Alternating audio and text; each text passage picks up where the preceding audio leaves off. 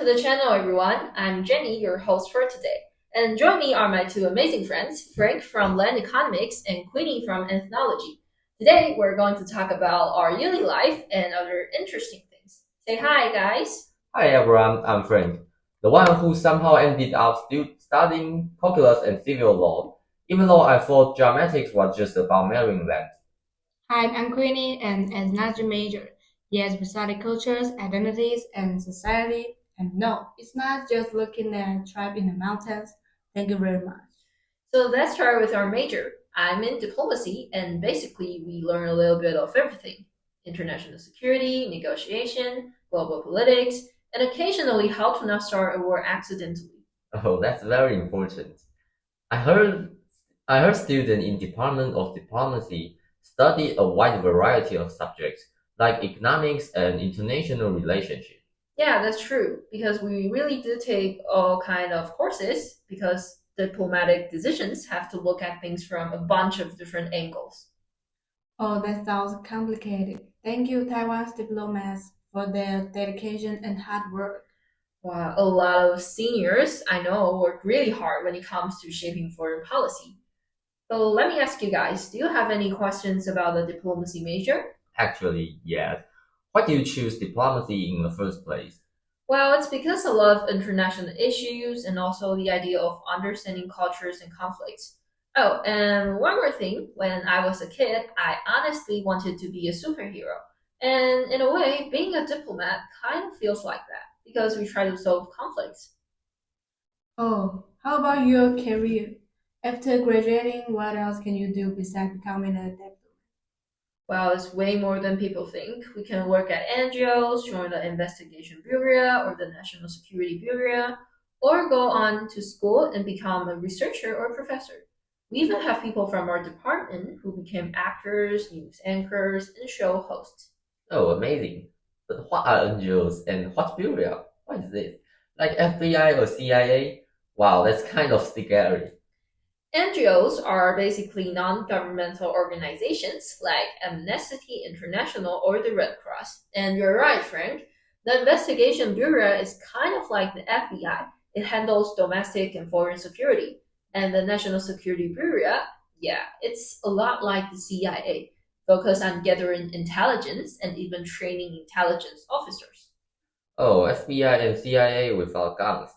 I got it. But let's lose the soul. Yeah. Okay. All right, Frank, your turn. Tell the audience about land economics.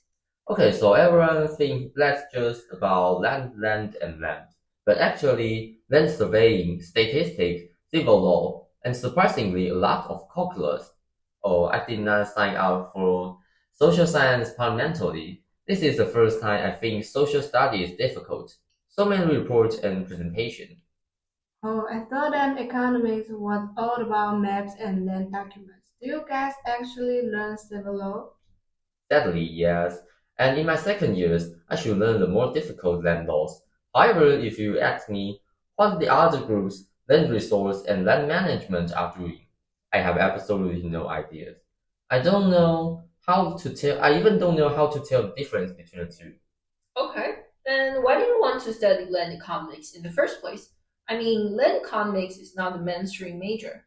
Honestly, initially I want to study other subjects like material science, but I got a disappointing grade, so I had no choice. However, at least I'm happy now and I don't regret my choice. But I don't really care that it's a mainstream major or not. Okay, get it. And Queen, ethnology time. Well, ethnology covers a lot. Ethnic, relations, cultural change, identity, social structure, ritual, basically understanding how humans live and why they do the things they do. Do you study foreign ethnic groups too? Like not just Taiwanese one. Of course, we learn about culture worldwide, indigenous peoples, Southeast Asian cultures, migration, global identity issues. It's very broad. As an ethnology makes you see the world differently. You start noticing culture everywhere, even when you go to the wedding and see how much others put in their red envelope. Wow, that sounds interesting, but useless. At least I don't have to face complicated things anymore. And now let's shift gears. Let's talk about where we come from, Miaoli, Nantou, and Taipei. And maybe break some stereotypes. Can I start with Nanzhou? Sure. My friend from Taichung once asked me, "Do you guys even have a department store?" And sadly, no, we do not, unless you count Xiaobei Baihuo. Hey, it's always a lifestyle, okay? What about transportation? People say if you don't have a car, central Taiwan equals inconvenient. Is that true? In Miaoli, honestly, sometimes walking is faster than taking the bus. But the funny thing is, people think Miaoli is dangerous because of gangs. And bro, I'm just trying to go home, not join a gang. Hey, I got it. Nanzhou too. Everyone acts like we live on a mountain with no electricity. Oh, by the way, that made me remember that my friend actually asked me if there are any buses in Nanzhou. Of course there are. What do you think I am? King man? And now Taipei. Some people think, oh, Taipei has no good street food, or it's all expensive. It's just a rumor and totally a stereotype. Taipei has amazing street food. You just need to know where to look. Night markets, local stalls, hidden gems. We're full of flavor. Okay, point taken. Taipei really does have good food. Maybe next time you should take us to some street store you like, or I will think there are just only 7-Eleven can eat. Of course, there are many kinds of delicious meal except for the 7-Eleven. Just make sure to avoid peak hours. You definitely don't want to experience being squished together like a human sandwich. Really? Is it really that bad? Well, since I'm a commuter here, I need to share my trauma. The blue light in the morning, a literal battlefield. Yeah, Taipei's rush time is truly terrible. A lot of people just stand in the middle of the door or slowly scroll on their phones when walking down the stairs, blocking everyone else. I've even seen a couple kissing on the escalator.